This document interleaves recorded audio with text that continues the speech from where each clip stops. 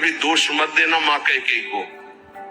अयोध्या में कोई ऐसा प्रेमी नहीं था जैसी माँ कैकेयी प्रेमी थी, क्योंकि रघुनाथ जी का वियोग, भरत जी का वियोग, महाराज दशरथ का वियोग, पूरे अयोध्या वासियों की निंदा का पात्र बनकर राम जी की इच्छा की पूर्ति की।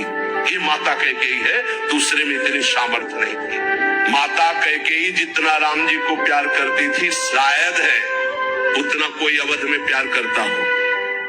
भगवान श्री राम एकांत में माता कैकेयी से कहा, माँ मैंने पूरी अवध में देखा है कि आपसे ज्यादा मुझे कोई प्यार नहीं करता, और ये सामर्थ्य केवल अधिक प्यार करने वाले में ही होती है। तो आप मेरे लिए निंदा सहेंगे, मेरे लिए आप अपमान सहेंगे, मेरे लिए पुत्र वियोग, मेरे लिए पति वियोग, ये केवल आप ही सह सकती हैं। इतना त्याग आप कर सकती हैं, मुझे पता है, क्योंकि आप हृदय से बहुत बहादुर हैं।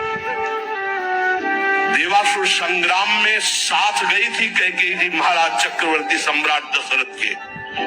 भगवान राम जी इसीलिए कह रहे कि आपका हृदय वीर रस से भरा हुआ है, आप सह सकती हो माँ, बस एक मेरी इच्छा है। तो उनका, हे राम तुम्हारे लिए अभी प्राण त्याग सकती हूँ, तुम्हारे लिए सब कुछ त्याग सकती हूँ। तो उनका, आपको बस जिसलिए मेरा अवतार हुआ, मैं संतों के सुख के लिए अवतरित हुआ हूँ, मैं अवध का राजा अभी नहीं बनूंगा, अभी आपको मुझे वनवास भेजना ही होगा।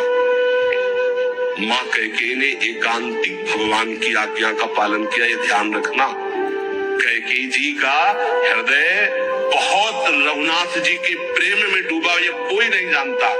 सर्वश्रेष्ठ प्रेम माँ कैकेयी का, जिन्होंने अपना अपमान सहा, निंदा सहा, लेकिन राम जी की इच्छा की पूर्ति की।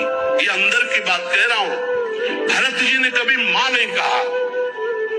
जब राम जी वापस अयोध्या आए तो उन्होंने कहा, बेटा तुम्हारी पूरी बात मानी थी, पर मैं एक बात नहीं सह सकती, अपने पति का वियोग सह गई, लेकिन मेरे भरत ने आज तक माँ नहीं कहा। बेटा अब मेरी इच्छा एक बार माँ कहला दो। तो राम जी जा रहे थे, भरत जी को सूचना मिली कि राम जी कहलाने के लिए आ रहे हैं। उनकी जो दशा हुई वो देखकर भगवान वापस हो गए।